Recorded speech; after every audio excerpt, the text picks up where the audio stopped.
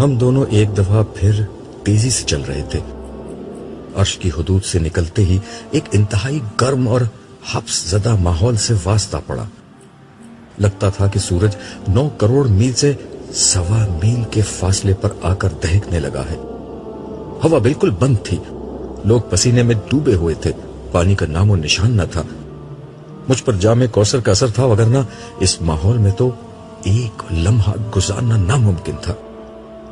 مگر میں دیکھ رہا تھا کہ ان گنت لوگ اسی ماحول میں بدحال گھوم رہے تھے. چہروں پر وحشت، آنکھوں میں خوف، بال خاک آلود، جسم پسینے سے شرابور، وجود مٹی سے اٹا ہوا، پاؤں میں چھالے اور ان چھالوں سے رستا ہوا خون اور پانی. یاس و ہراس کا یہ منظر میں نے زندگی میں پہلی دفعہ دیکھا تھا. ہر طرف افراتفری چھائی ہوئی تھی. ہر کسی کو اپنی پڑی ہوئی تھی. میری نظریں کسی ایسے شخص کو تلاش کر رہی تھیں جسے میں جانتا ہوں. پہلی شخصیت جو مجھے نظر آئی وہ میرے اپنے استاد فرحان احمد کی تھی. انہوں نے دور سے مجھے دیکھا اور تیزی کے ساتھ میری نگاہوں سے اوجھل ہونے کی کوشش کرنے لگے. میں نے صالح سے کہا، انہیں روکو، یہ میرے استاد ہیں، میں ان سے بات کرنا چاہتا ہوں. مگر اس نے مجھے ان کی طرف بڑھنے سے روک دیا اور تعصف آمیز لہجے میں بولا، دیکھو عبداللہ، اپنے استاد کی رسوائی میں اور اضافہ مت کرو. اس وقت یہاں کوئی شخص اگر خوار و خراب ہو رہا ہے تو سمجھ لو اس کے ساتھ عدل ہو چکا ہے. وہ خدائی کسوٹی پر کھوٹا سکہ نکلا، اسی لیے اس حال میں ہے. میں نے تڑپ کر کہا، مگر ہم نے تو خدا پرستی اور آخرت کی سوچ اور اخلاق کی ساری باتیں انہی سے سیکھی تھی. سیکھی ہوں گی، صالح بے پرواہی سے جواب دیتے ہوئے بولا، مگر ان کا علم ان کی شخصیت نہیں بن سکا. دیکھو، خدا کے حضور کسی شخص کا فیصلہ اس کے علم کی بنیاد پر نہیں ہوتا. اس کے عمل، سیرت اور شخصیت کی بنیادی حیثیت ہوتی ہے. علم صرف اس لیے ہوتا ہے کہ شخصیت درست بنیادوں پر تعمیر ہو سکے. جب تعمیر ہی غلط ہو تو یہ علم نہیں، سانپ ہے. علم ظاہر تک رہے تو سانپ ہے اور دل میں اتر جائے تو دوست بن جاتا ہے. یہی تمہارے استاد کے ساتھ ہوا ہے. وہ ایک اچھے مصنف تھے، باتیں بھی اچھی کرتے تھے، مگر ان کی سیرت و کردار ان کی باتوں کے مطابق نہ تھی. در حقیقت تمہارے استاد سانپ پال رہے تھے. آج علم کے ان سانپوں نے انہیں ڈس لیا ہے.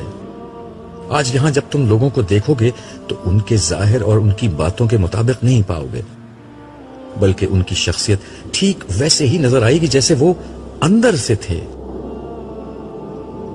یاد رکھو، خدا لوگوں کو ان کے ظاہر اور ان کی باتوں پر نہیں پرکھتا، وہ عمل اور شخصیت کو دیکھتا ہے. خاص کر اہل علم کا احتساب آج کے دن بہت سخت ہوگا. جو باتیں دوسروں کے لیے عذر بن جائیں گی، عالم کے لیے نہیں بن سکیں گی. مگر انہوں نے بڑی قربانیاں دی تھیں. میں نے ہار نہ مانتے ہوئے کہا، ہاں مگر ان کا بدلہ انہیں دنیا ہی میں مل گیا. صالح نے جواب دیتے ہوئے کہا، علم کی غلطیاں معاف ہو سکتی ہیں، مگر شخصیت اور عمل کی کمزوری آج کے دن اسی حال میں پہنچائے گی جس میں تمہارے استاد مبتلا ہوئے ہیں. خیر، ابھی تو یہ دن شروع ہوا ہے، دیکھو آخر تک کیا ہوتا ہے. میں صدمے کی حالت میں دیر تک گمسم کھڑا رہا. میں ایک یتیم شخص تھا جس کا کوئی رشتہ ناتا نہ تھا. میرے لیے جو کچھ تھے وہ میرے استاد تھے. انہوں نے میری سرپرستی کی، مجھے علم سکھایا، میری شادی کروائی اور زندگی میں ایک مقصد دیا. جو شخص میرے لیے باپ سے زیادہ مقدم تھا، اسے اس حال میں دیکھ کر مجھے ایک شوق لگا تھا.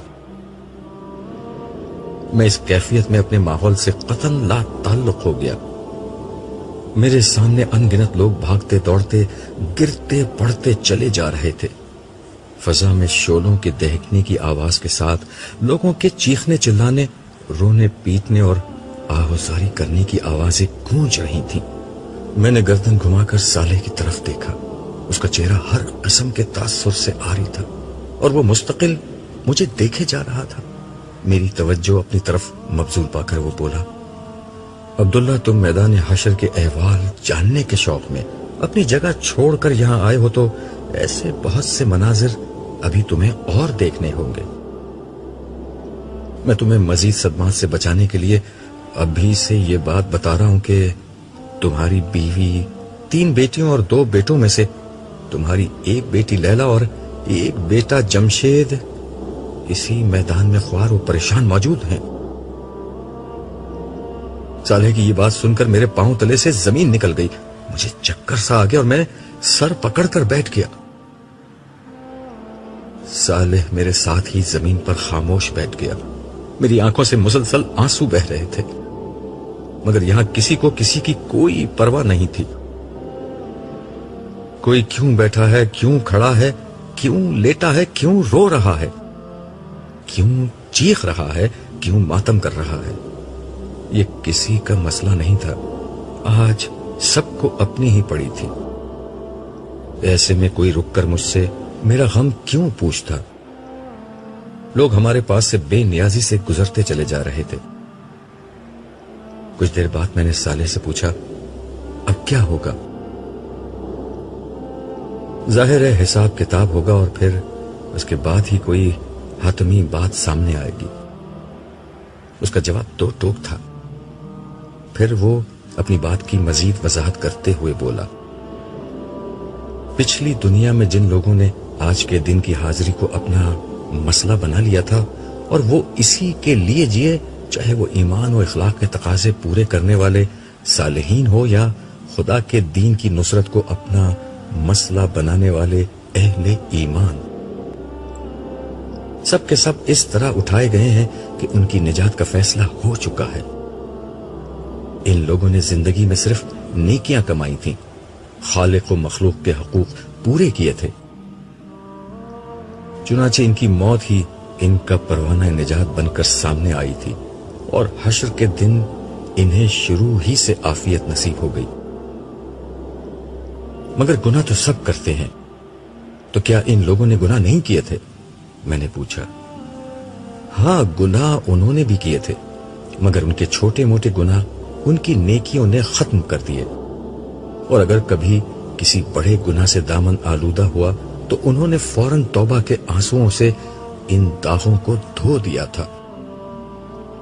ایسے تمام صاف ستھرے پاکیزہ لوگ اس وقت عرش کے سائے کے نیچے موجود ہیں۔ ان لوگوں کا رسمی حساب کتاب ہوگا، جس کے بعد ان کی کامیابی کا اعلان کر دیا جائے گا۔ اس کے برعکس جن لوگوں کے نامہ اعمال میں کوئی ایسا بڑا جرم ہوا ہو جو ایمان ہی کو غیر مؤثر کر دے، جیسے کفر، شرک، منافقت، قتل، زنا بالجبر، ارتداد، یتیموں کا مال کھانا، اللہ کی حدود کو پامال کرنا اور اسی نوعیت کے دیگر جرائم وغیرہ، تو میزان عدل میں ایسے لوگوں کے گناہوں کا پلڑا بھاری ہوگا اور انہیں جہنم کی سزا سنا دی جائے گی۔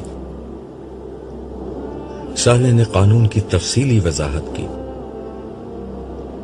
لیکن انسان تو ان 2 انتہاؤں کے درمیان بھی ہوتے ہیں، ان کا کیا ہوگا؟ میں نے سوال کیا تو صالح نے جواب دیا، ہاں، ان 2 انتہاؤں کے درمیان وہ لوگ ہیں جن کے پاس ایمان اور کچھ نہ کچھ عمل صالح کا سرمایہ بھی ہے، مگر وہ دنیا میں گناہ بھی کرتے رہے اور توبہ بھی نہیں کی۔ ایسے لوگوں کو اپنے گناہوں کی پاداش میں حشر کے دن کی سختی جھیلنی ہوگی، اس کے بعد نجات کا کوئی امکان پیدا ہوگا۔ آج جو لوگ میدان حشر میں پھنسے ہوئے ہیں وہ یا تو مجرمین ہیں جنہیں آخر کار جہنم میں پھینکا جائے گا، یا پھر وہ اہل ایمان ہیں جن کا دامن گناہوں سے داغدار ہے۔ سو جس کے گناہ جتنے زیادہ اور جتنے بڑے ہوں گے، آج کے دن اسے اتنا ہی خوار و خراب ہونا ہوگا۔ کم گناہ والوں کو حساب کتاب کے آغاز پر ہی نجات مل جائے گی، مگر جیسا کہ میں نے بتایا کہ دنیا کی زندگی کے سینکڑوں برس تو گزر چکے ہیں، ان لوگوں کو ابتدا میں نجات بھی ملی تو یہ حشر کی سختی دنیا کی 50 سالہ زندگی کے گناہوں کا نشہ ہرن کر دینے کے لیے بہت ہے، جبکہ جن کے گناہ زیادہ ہیں ان کو تو نہ جانے ابھی کتنے ہزار یا لاکھ سال تک اس سخت ترین ماحول کی شدت، سختی اور ہول جھیلنا ہوگا۔ صالح کی بات سن کر میں نے دل میں سوچا کہ دنیا میں گناہ کتنے معمولی لگا کرتے تھے، مگر آج یہ کس طرح مصیبت میں ڈھل گئے ہیں۔ کاش لوگ اپنے گناہوں کو چھوٹا نہ سمجھتے اور مستقل توبہ کو اپنا معمول بنا لیتے۔ وہ غیبت، چغل خوری، اسراف، نمود و نمائش، الزام و بہتان وغیرہ کو معمولی چیز نہ سمجھتے، اللہ اور بندوں کے حقوق کی پامالی کو چھوٹا نہ خیال کرتے، اللہ کی نافرمانی سے بچتے اور رسول کریم کی پیروی کرتے، تو آج یہ دن نہ دیکھنا پڑتا جہاں ایک گناہ کی تھوڑی سی لذت سینکڑوں برس کی خواری میں بدل چکی ہے۔ پھر میں نے اس سے دریافت کیا، کیا اس وقت کسی کو یہ معلوم ہے کہ اس کی نجات ہوگی یا نہیں، اور ہوگی تو کس طرح ہوگی؟ صالح نے جواب دیا، یہی اصل مصیبت ہے